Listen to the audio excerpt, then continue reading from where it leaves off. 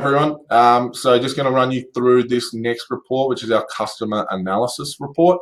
This is all about being able to drill into our customers and see where our revenue is coming from and when it's coming in. So just remember, zero demo file.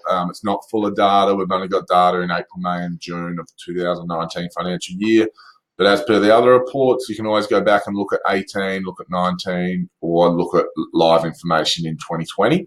So just to go through, I will just change this, and I'm going to go back to select all. All right, so this here is our customer name drill down. All right, and right now I'm looking at all our customers. All right, and I'm looking at them for the last quarter of last financial year.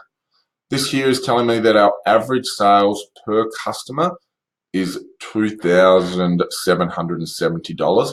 Now that is only going to be customers that we build in this period. All right. This map here will give you a bit of an indication of where our customers are and what revenue we're getting from different states in Australia.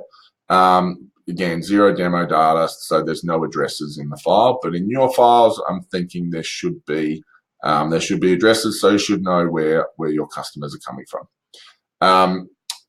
This graph on the right is just giving you a really good overview of who your big customers are and who your smaller customers are.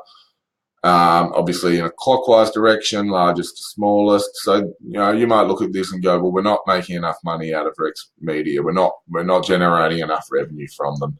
Let's get on the phone to them and see if there's anything they need or anything we can do to perhaps generate some more revenue from them. This graph down the bottom left is telling you the number of customers that you invoiced in a month and what our average revenue was per customer in that month.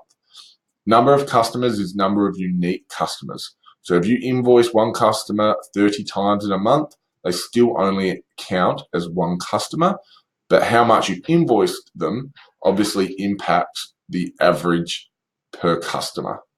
All right, and you can see here that this is kind of going in the right direction. Our average invoicing per customer is going up, but our number of customers has actually dropped. Ideally, we want to see both those numbers going up. So we want to have more customers and more revenue per customer, typically. So just going back to this customer name drill down, what you might find is that you've got a specific customer or perhaps a group of customers that you want to look at.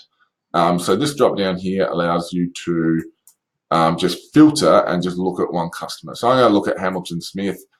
This will be a lot nicer in your data. And so what this is telling me is that Hamilton Smith, it's just one customer, and we're invoicing them an average of $500 per month.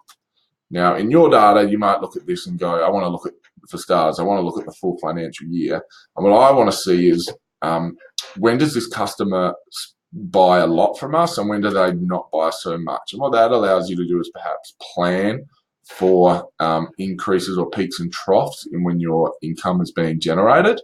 And perhaps get on the front foot with customers and say, because I can see that last year in winter you didn't buy as much, maybe there's other products that we need to push towards those customers.